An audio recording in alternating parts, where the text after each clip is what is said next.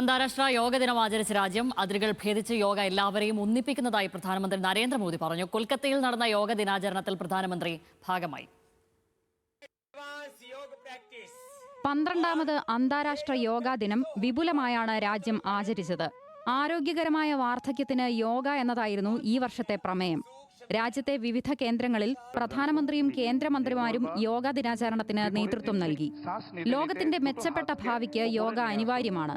യോഗ പ്രായമായവർക്ക് വേണ്ടി മാത്രമല്ല, എല്ലാ പ്രായക്കാർക്കും വേണ്ടിയുള്ളതാണെന്ന് കൊൽക്കത്തയിലെ റെഡ് റോഡിൽ നടന്ന യോഗാ ദിനാചരണത്തിൽ പങ്കെടുത്ത മോദി പറഞ്ഞു.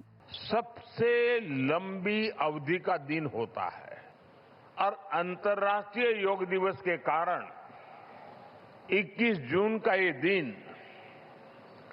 विश्व के सबसे बड़े सामूहिक उत्सव का दिन भी बन गया है. विश्व के अलग अलग हिस्सों से योग की एक से एक अद्भुत तस्वीरें आ रही हैं.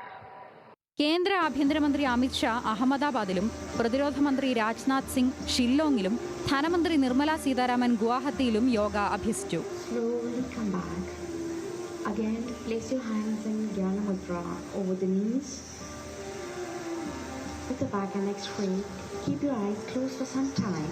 തിരുവനന്തപുരം ജിമ്മി ജോർജ് ഇൻഡോർ സ്റ്റേഡിയത്തിൽ അന്താരാഷ്ട്ര യോഗാ ദിനാചരണത്തിന്റെ സംസ്ഥാനതല ഉദ്ഘാടനം ആരോഗ്യമന്ത്രി കെ മുരളീധരൻ നിർവഹിച്ചു. യോഗയ്ക്ക് ജാതിയോ മതമോ വർണ്ണവിവേചനമോ ഇല്ലെന്ന് മുരളീധരൻ പറഞ്ഞു. ജീവിതം, ആയുസ്, അതിൻ്റെയൊക്കെ പുറകിൽ നോക്കിയാൽ ഈ യോഗ, മോർണിംഗ് വാക്ക്, ജോഗിങ് ഇതൊക്കെ ഒരു പ്രധാന ഘടകം തന്നെയാണ്. ഇതിൻ്റെയൊക്കെ അന്തിമ ലക്ഷ്യം ഒന്നേ ഉള്ളൂ.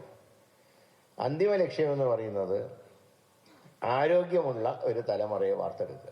സാധാരണ അമ്മമാരും മക്കൾക്ക് ഭക്ഷണം കൊടുക്കാനൊക്കെ തിരഞ്ഞെടുക്കുന്നത് ഒന്നില്ല കാർട്ടൂൺ അല്ലെങ്കിൽ വാട്സപ്പിലെ കാണിച്ചു കൊടുക്കുക, ഇതൊക്കെയാണ് ഇപ്പോഴത്തെ ഒരു അവസ്ഥ. അതുകൊണ്ടാണ് ഈ യോഗ ദിനത്തിനുള്ളൊരു പ്രാധാന്യം. അത് പൊതുപ്രവർത്തകർ തന്നെ അവരുടെ ശൈലിയിലൂടെ അത് ജനങ്ങൾക്ക് ബോധ്യമാക്കി കൊടുക്കണം. ജാക്കി ഷ്രോഫ്, അക്ഷയ് കുമാർ, ശില്പ ഷെട്ടി തുടങ്ങി സിനിമാ താരങ്ങളും യോഗാ ദിനത്തിൽ പങ്കാളികളായി.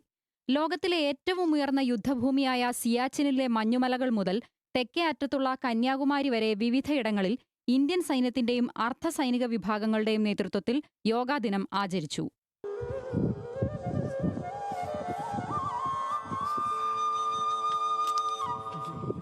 പാങ്കോങ് തടാകക്കരയിലായിരുന്നു ITBPയുടെ യോഗാഭ്യാസം.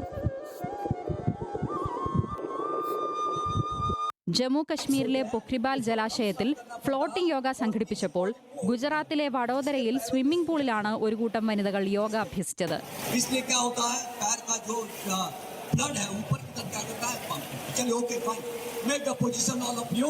ആനകളെ അണിനിരത്തിയായിരുന്നു പശ്ചിമബംഗാളിലെ ജാൽദാപാറ ദേശീയ ഉദ്യാനത്തിലെ യോഗാ ദിനാചരണം.